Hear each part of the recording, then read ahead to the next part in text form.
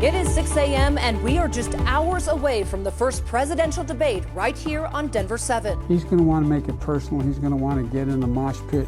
I am looking very forward to the debate. Thank you. We have team coverage ahead of the big showdown.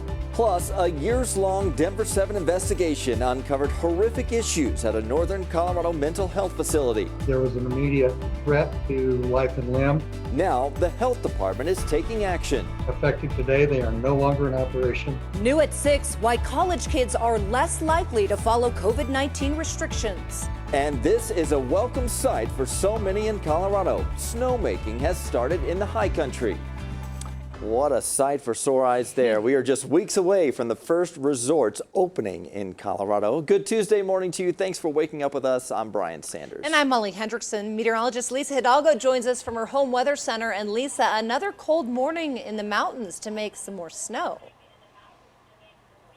Yeah, we are in the 20s in the mountains this morning, and that's what they need, those overnight lows to drop down into the 20s in order for it to work. Down here, it's been pretty chilly, 30s and 40s. Right now, Denver at 47. Winds are shifting yesterday, still out of the north, and so it was pretty chilly. We had highs only in the 60s. Today, you're looking at highs well into the upper 70s to near 80. So here's a look at your backyard forecast. Lots of sunshine this morning. If you're out there with a cup of coffee on National Coffee Day, we'll be in the 30s and 40s this morning. Chilly and sunny this afternoon by lunch, looking at temperatures in the 70s, and then we're going to hit highs by about 4 o'clock, right around 80 degrees. We've got Denver at 80, Erie 81, Highlands Ranch also 80, 60s and 70s in the mountains.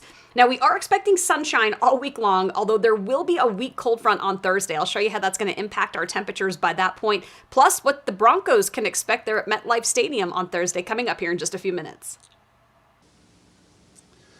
It is a super quiet drive here on this Tuesday morning. I'm not seeing any significant problems right now. Well, we do have some road work that's still happening out here to the east side of town. Get to that in just a second. Start across downtown Denver, right by Mile High Stadium, where you can see the headlights. Those are the folks heading south on I-25 and then making this trip in just a couple minutes. But you can see it's getting congested across downtown Denver. And now I'll take you out to the east side. This is I-70 right there by Colfax and E-470. So the traffic going away from us is going to be driving in just one lane, really splitting between the right lane and the right shoulder area. And it's pretty tough to see because it's so dark. But you see as that car goes through there, they are just driving on that right side. So there will be some slight delays, but otherwise I-70 looks pretty good for us here this morning, making that trip in only about 10 minutes. All right, thank you, Jason. Tonight, President Trump goes head-to-head with Democratic challenger Joe Biden in their first debate. We have team coverage this morning from Colorado all the way to our nation's capital. And we know there will be attacks on both sides, but the event is also an opportunity to speak to the American people. Denver7's Nicole Brady kicks off our team coverage with how COVID has made political outreach and voter registrations much harder this year. Right, Brian. One place where it definitely isn't politics as usual is on college campuses. Usually you would see lots of people out trying to register students to vote. This year, students have told us they haven't seen the typical tables set up for voter registration or people everywhere with clipboards asking you if you're registered. So if you look at the CU Boulder campus, for example, right now, you can see it would almost be pointless to even attempt in-person voter outreach because it's a ghost town there. Very few people walking around campus. Social media, therefore, has become a more important way of reaching young voters and all voters. The group New Era Colorado is encouraging colleges to also take more responsibility by making sure young people have accurate information, access to vote, and making sure they know the unique voter laws in Colorado. Colorado does have really strong voter laws, and that includes online voter registration, which means that anyone can get registered to vote online or even update your mailing address or anything like that, which becomes really important, especially for students. If you think that you might not be on campus during the election, or if you end up having to go back home. A very real possibility this year since so many campuses have had to close things down and students are moving around. So one important date to remember, October 26th. That is the last day you can update your registration and change your address on there if you want to get a mail-in ballot sent to you at your home, wherever that home is at that point. And coming up at 6:30, we're talking to students about how the pandemic has changed dynamics on campus, the political landscape, and also the discussions they're having this year. We're live this morning. Nicole Brady, Denver7. Nicole, thank you. President Trump and Joe Biden will take the stage in Ohio tonight at 7, right here on Denver 7. We know it will be the most unique debate in American history. ABC's Andrew Dimber joins us from our nation's capital with what we can expect. Good morning, Andrew. And good morning, Molly. You know, much like the 2016 presidential debates between Donald Trump and Hillary Clinton, tonight things could get personal, but there are still so many issues on the table here for voters that tonight also has the potential to change the course of this election.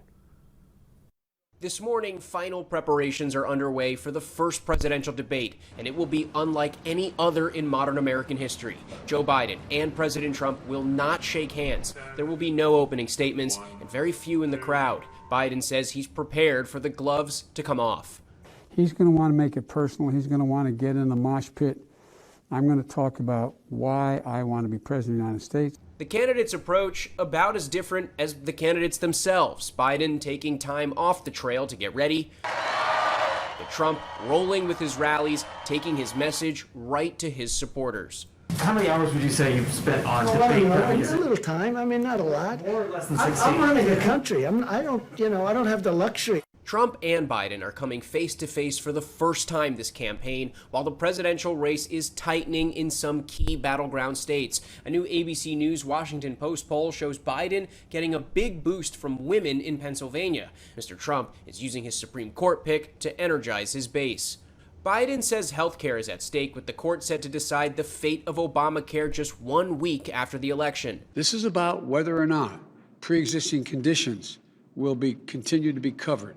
And on the eve of this presidential showdown, the American public is getting what's been described as its first detailed look at one of Donald Trump's most closely guarded secrets, his tax returns. In a blockbuster report, the New York Times reviewed detailed information on nearly 2 decades worth of Trump tax returns. The revelations are startling. Trump paid no federal income taxes at all in 11 of the 18 years they reviewed. The Times also reports the president is hundreds of millions of dollars in debt.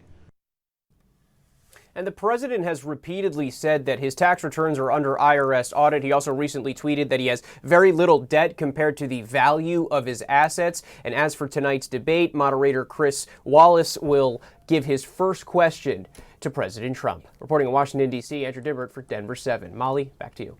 Andrew, thank you. And we will have live coverage ahead of the debate on Denver 7 News for your Roku, Apple TV, Amazon Fire, and Android device. Trump versus Biden. The main event starts at 6. Then you can watch the debate right here on Denver 7 starting at 7.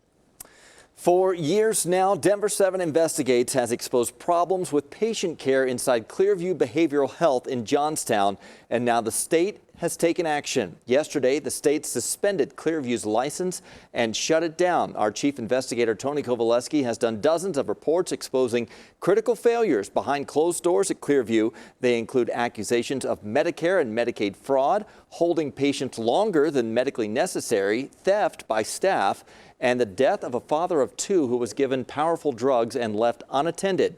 Our cameras were rolling yesterday as patients were removed from the facility. It comes just a few days after the state conducted a surprise inspection. This organization was not able to operate the facility in a safe and appropriate manner on an ongoing basis. Has the state ever done this before? No, Tony, at least in my 17 years here at CDPHE, we have never closed a behavioral health hospital. The state says they also found a lack of infection protection for COVID-19. The Attorney General will now continue the investigation and the process of officially closing Clearview. The Eagle County Coroner's Office says 49-year-old Patricia Rowe was killed when her house exploded in gypsum on September 17th. Investigators say that explosion was caused by an underground gas leak. Crews working to install fiber optics cables hit the gas line. It's not clear if that company will face charges. The Longmont City Council could ban landlords from charging late fees on rent tonight. This would impact people affected by COVID. The ban would stay in place as long as the federal ban on evictions is in place. Right now, that federal ban ends at the end of the year. It is tough going for the Broncos right now. The team is 0-3 with a quick turnaround this week and no sure quarterback. Head coach Vic Fangio will announce a starter for Thursday's game today. Drew Lock is injured, of course. Blake Bortles has only been on the team for less than a week, so it won't be either of them. It will come down to either Jeff Driscoll, who was sacked 11 times in 2 games this season, or Brett Rippon, who came in the fourth quarter against the Bucs, went 8 for 9 passing with an interception. The Broncos take on the Jets right here on Denver7 Thursday night. Somebody's going home with their first win. Kickoff is at 6:20. We'll have complete pregame and postgame coverage.